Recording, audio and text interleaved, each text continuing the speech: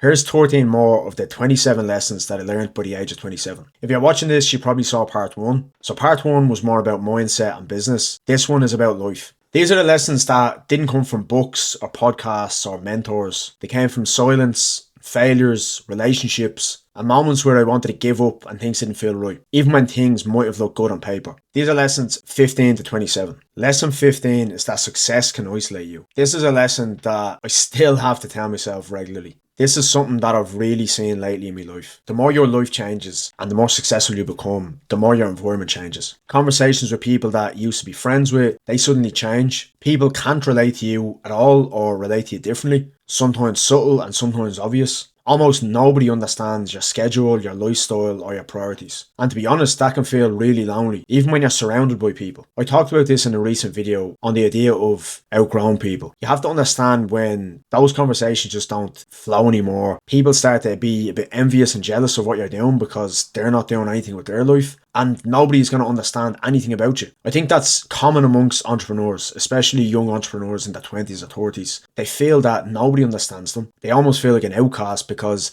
they can't relate to the people that they used to be able to relate with. They lose friends, they lose family members. And I've lost so many people because of the lifestyle that I have that nobody understands. You know, the people that still want you to maybe party and drink and do all these things that don't align with your values anymore, they just slowly disappear. And to be honest, a lot of the time they end up being haters. So, you know, commenting on videos or talking shit behind your back. So I learned that connection doesn't happen automatically. You have to protect whatever connection that you actually make, especially in that period of your life where you're on the come up and you're gaining success and you're doing really well. You have to protect the connections that you have currently at all costs. And that leads into the next lesson. Lesson 16 is that not everyone can come with you. And that's painful, but it's necessary. A lot of the friendships around me and family members around me were built on proximity, not alignment. When you grow in business and in life, the gap between you and these people becomes blatantly obvious. And it's not to flex or to say you're better than anybody. It's just when you recognize that these people that you used to be with or spend time with or, you know, be friends with, and it's just about understanding that this is completely natural, happens to so many people, and there's nothing wrong with it. It doesn't need to be a bad thing. It doesn't need to be bitter. It doesn't need to be like a toxic ex-girlfriend. It's just a natural part of two people outgrowing each other, especially if you're on a completely different path and your values are aligned different to theirs. You're not going to want to spend time with that person or doing what they're doing. Letting go from friendships and family members doesn't mean that you're better than anyone. It just means that you're honest about where you're going. Lesson 17 is that health is non-negotiable. I think this is one of the most important lessons that I learned because when I was a teenager, I was really unhealthy. I was really fat. I didn't exercise. I exercised earlier on in my life, but then I got to a period where I didn't exercise at all.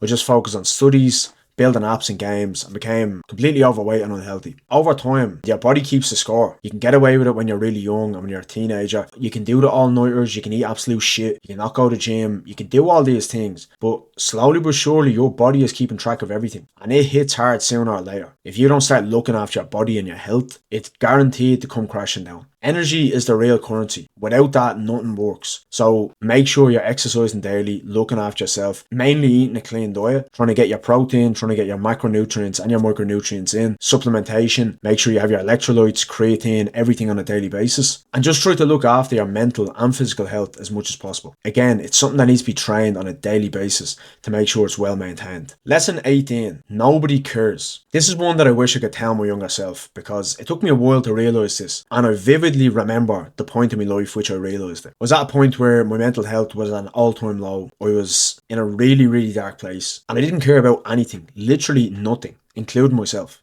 Didn't care whether I lived or died, and that can be a really good thing or it can be a really bad thing. It all depends how you use that energy. But there was a point in my life where I just realised I don't care. Let people say what they want. Let people do what they want. I really don't care. I said this in my own head and I remember this when I was a teenager. I said, why would I care what anyone else is saying about me or if someone's threatening to do something to me or whatever it might be when I don't even care about myself? So why would I care about what anyone else is going to say or do to me? And at that point, it was just a whole lease of freedom. I realised that nobody actually cares. And then later in life, when I became a man, I realised the actual meaning of that nobody cares. It wasn't just me not caring about myself or caring what other people are doing. It's that for the most part, nobody cares about anything you may do. When we look at the grand scheme of things, we're literally, as a collective of humans, the billions of humans in this planet, we're a tiny speck, a literal speck in the grand scheme of the universe. And you think that somebody cares about you particularly. Someone's going to talk about you tomorrow and the next day and the next day. It's just ridiculous. I think maybe it comes from when we were younger and there was a lot of people gossiping and drama, and maybe we were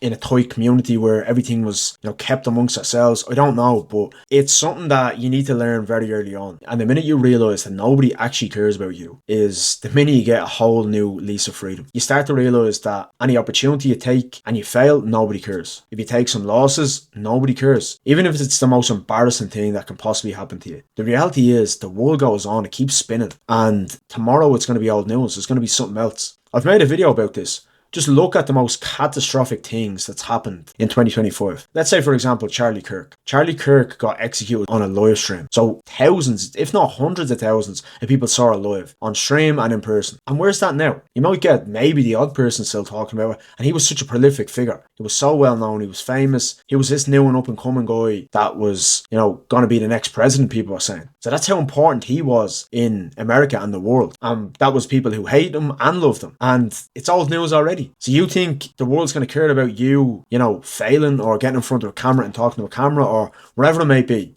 You think people actually care? People have their own issues going on. They have more than enough things that are occupying their mind to let your shit occupy their mind. So nobody cares. Lesson 19. Your environment shapes you. The rooms you sit in changes your reality and changes what you feel is normal. This is something that I learned later in life in the last couple of years, is because I grew up in a council estate where it was literally crabs in a bucket. Nobody believed that they would ever become anything because most people didn't. And the more they believed that they wouldn't because of the surroundings and the people, therefore they just limited themselves to become what they always said they'd only become. So having these limiting beliefs and being in these environments where nobody's pushing anybody, everyone's just accepting what's the norm in that environment, you're never going to grow. The conversations you hear in these environments is going to change what you believe is possible. So that can be good and bad. If you constantly hear in an environment that's bad that, we could never go to college, we could never go to university, we could never get a degree, we could never, all of this, are just laughing at that or saying it's impossible. What do you think is going to happen to you being in that environment? It's like the saying, if you hang around with 5 millionaires, you're going to become the 6th. But if you hang around with 5 bums and 5 people who have no care for life, what do you think is going to happen to you? Upgrading your environment isn't about ego, it's about exposure. And I've learned that over the last couple of years. And that's why I try to sit in with people who are doing better than me in positions that I want to be in. I'll try to pick their brains. I'll try to understand how they got there. And I'll try to, network with these people. The more time I spend around these people, the more that shapes my reality. Coming from a council estate, you don't believe getting money is possible. It's literally such a scarce commodity that it's impossible to make what's classed as decent money to most people. But then when you hear of people making 10, 20, 50, 100k a month, you just think it's a scam because everyone else around you has that limiting belief. And they're stopping themselves from seeing that it's actually real and it can be done. Just because they don't believe they can do it, they're going to drag you down to their level, and now you can't believe you can do it. And now you turn into a person that, maybe hating on Instagram or trolling people or saying it's a scam what they're doing. Rather than actually trying to learn from that person or trying to put yourself in an environment where it can improve you. Lesson 20. Relationships don't survive on ambition alone. Being driven and running a business doesn't excuse being absent. Presence matters more than provision. And that's something I learned recently, is that, you can have all the money in the world, you can do all the best things for relationships, whether it be, romantic relationship, family, friends, whatever. You can do all of these things, but at the end of the day, there's a common denominator in all these relationships, is that people appreciate your presence more than what they say as presents or gifts or, material things. And it's something they need to train and put effort into. If you don't put time, effort and train this, it's just going to become weak like anything. And to be honest, it was a humbling lesson for me, because a lot of the time I thought you don't need to be that present, or, you can buy yourself out of things or whatever it might be. But then you learn that people just appreciate you being there and your thoughts or just being beside you. Lesson 21. Communication is everything. Most conflicts come from miscommunication, especially in business. When you avoid hard conversations, it creates much bigger problems down the line. So me personally, I like to be completely open and honest with people. I try to have clarity in every conversation that I have with somebody, whether it be a client, a team member, business partner, a family, a friend, whatever it might be. I try to keep clarity and communicate as best as possible with that person, because the worst thing that can happen is a miscommunication, and then a potential relationship is tarnished and things get out of order for something that was not meant the way it should have been. That's why text messages are one of the worst things you can do. Either send a voice note, get on a call, or meet someone in person. Have the hard conversations. Talk to the person about what's really on your mind. Don't sweep things under the rug and then get annoyed when they haven't been dealt with. You need to understand that these things are going to be be difficult to say no matter when you deal with them. But dealing with them head on is the best thing you can possibly do. Lesson 22 is that money buys happiness. Anyone that says money doesn't buy happiness is either stupid or just broke. And that's most of the time I see it from people who are in one of those two categories, or maybe even both of the categories. Let me clarify. Money can't actually buy happiness. It's not a physical thing that can buy. But what it can do is it can open up doors. It can get you into places that you wouldn't have got in otherwise. And for me personally, it can give to people who were so good to me over the years, especially when I was on the come up or throughout the years when I was broke and I had nothing. Like, giving back to these people brings me happiness. And doing things for them to show my appreciation brings me happiness. And that's what I mean, is that money actually can bring you happiness, because a lot of the time when you have money, you can do things that you might have not been able to do before. You can give to people that you looked after you. You have access to a lot more things that you wouldn't have had access to otherwise. And don't get me wrong, I'm not saying you can't be happy with no money or when you're broke. Of course you can. I've travelled to many places throughout the world and I've seen some of the happiest people I've ever came across having nothing. Like on Greek islands, these men and women have zero. They have a small little house. They get their food from the land. Everything is natural. And they're not worrying about anything. They're completely peaceful. I'm sure they have, good days and bad days like anybody. But when I speak to these people, they seem like the happiest people in the world. And it's probably because they don't know any different. But at the same time, the money maybe they get from farming or whatever they may do for work or business, they're probably able to feed their kids, and that brings them happiness. It's the same with me. When I'm able to do things for the people around me that are very close to me and that I love, it brings me happiness. Lesson 23, you don't need to prove anything to anyone.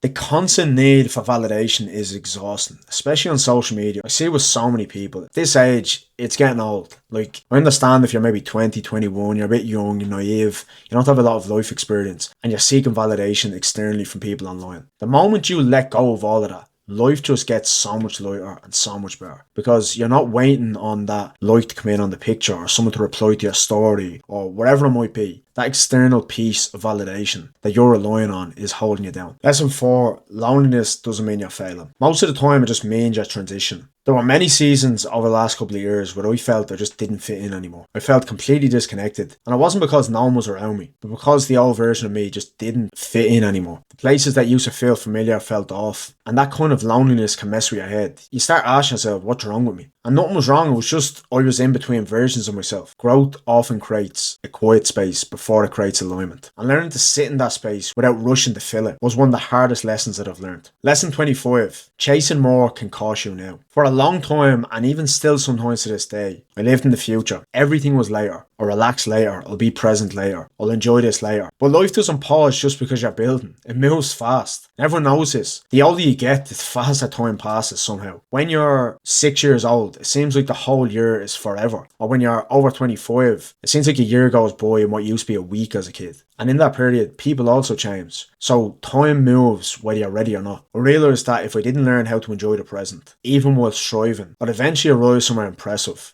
But I feel empty standing there. Lesson 26, peace is harder to build than money. In a nutshell, money follows formulas, but peace requires boundaries. And how I did this was saying no more often to people. Not being a yes man and just accepting everything that came my way. Choosing to walk away from things that you previously wouldn't have in the past. And choosing simplicity for peace of mind rather than complexity, even if it would make you more money in the long run. There were so many moments over the last 2 years where I could have scaled faster and got more units and brought my business to that next level. But I had more stress, noise and chaos. But I chose peace instead. You have to understand the right time to pull the trigger and when to step back and say, no, I'm choosing peace. These decisions sometimes cost me more money in the short term, but it gave me clarity, health and longevity in my business. And the trade was worth it every single time. And lesson 27, the most important one. You don't find meaning, you decide it. There isn't a moment where everything suddenly clicks. And it definitely isn't a level where life suddenly feels complete. Meaning comes from what you choose to care about, who you show up for, and how you spend your time. Once I stopped waiting for fulfillment to arrive, and I started to actually build it intentionally, everything shifted. Success didn't change my life. Responsibility did. Responsibility for my choices,